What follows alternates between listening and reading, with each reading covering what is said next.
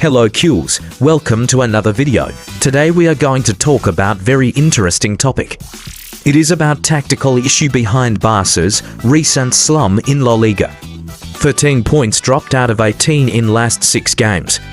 After a blistering start to the season, 14 wins in 16 games, the team has taken just 5 points from their last 6 matches in La Liga. Now let's have a look at that. First one is defensive weakness from the beginning. This season, Barca has given up 9 of its 20 La Liga goals in the first half. Even worse, they were caught off guard early. They conceded against Rayo Vallecano in 9 minutes, Osasuna in 18 minutes, the Legends in just 4 minutes. The team's momentum is being destroyed by slow beginnings before they have even begun. The same issue was under Xavi too. Another issue is absence of focus and intensity. This has nothing to do with exhaustion or fixture congestion. According to players and staff, it's a problem with mindset. Barca's lack of consistent pressing and focused lapses are allowing opponents to take advantage of openings, particularly in the early stages of games. Another issue is Hansi Flick's vision, which is proactive and direct. The Barcelona team that Hansi Flick desires is one that finishes plays, pushes hard, and requires its determination against opponents.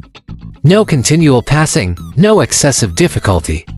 His message is unambiguous. We must play at 100%, not below 100. The problem here is execution. There is a pressing problem. A critical issue exists. Barca dominates when they press well. However, when one player falters, their structure falls apart, exposing unsafe spaces.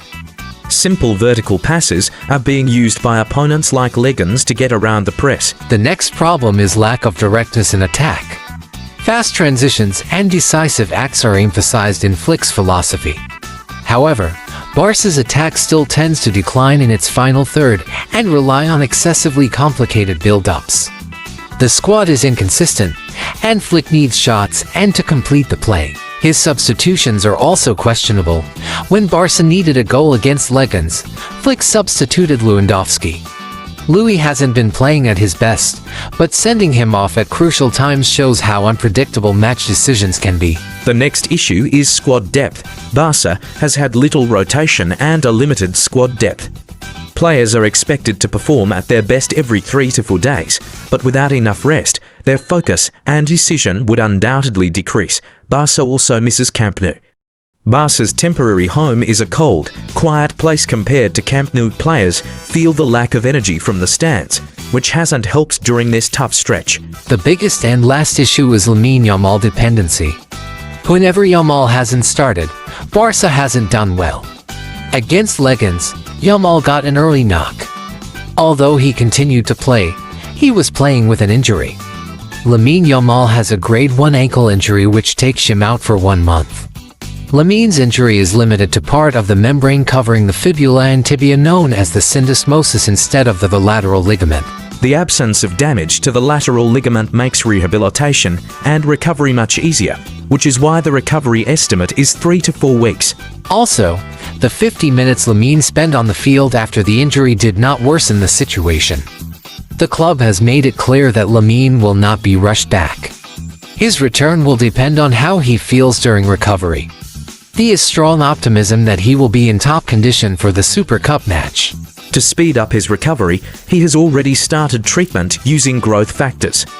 This is a common technique where the injured area is treated with platelet-rich plasma, which can help the healing process. Additionally, Lamine is wearing a special boot to immobilize and protect his injured ankle. The solution is mental rather than tactical. Barca has to regain the concentration and passion that drove their early season supremacy. The way Flick's plan is carried out will determine if they can make a difference. Because of the large distance between Lamine and Olmo, we seldom ever see their connection now, but in earlier days we did. To regain the control and domination we had at the start of the season, we must put an end to this number 10 silliness and allow Olmo to play like a midfielder once more. The finest performances from Hansi were against Valladolid and Vallecano, not Real Madrid or Bayern, for that matter.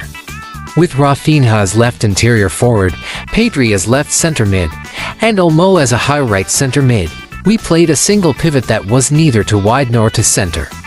Everything was actually going so beautifully until Hansi's stubbornness got the better of him. The transitional defense was spot on, and the build-up and development were never sluggish or predictable.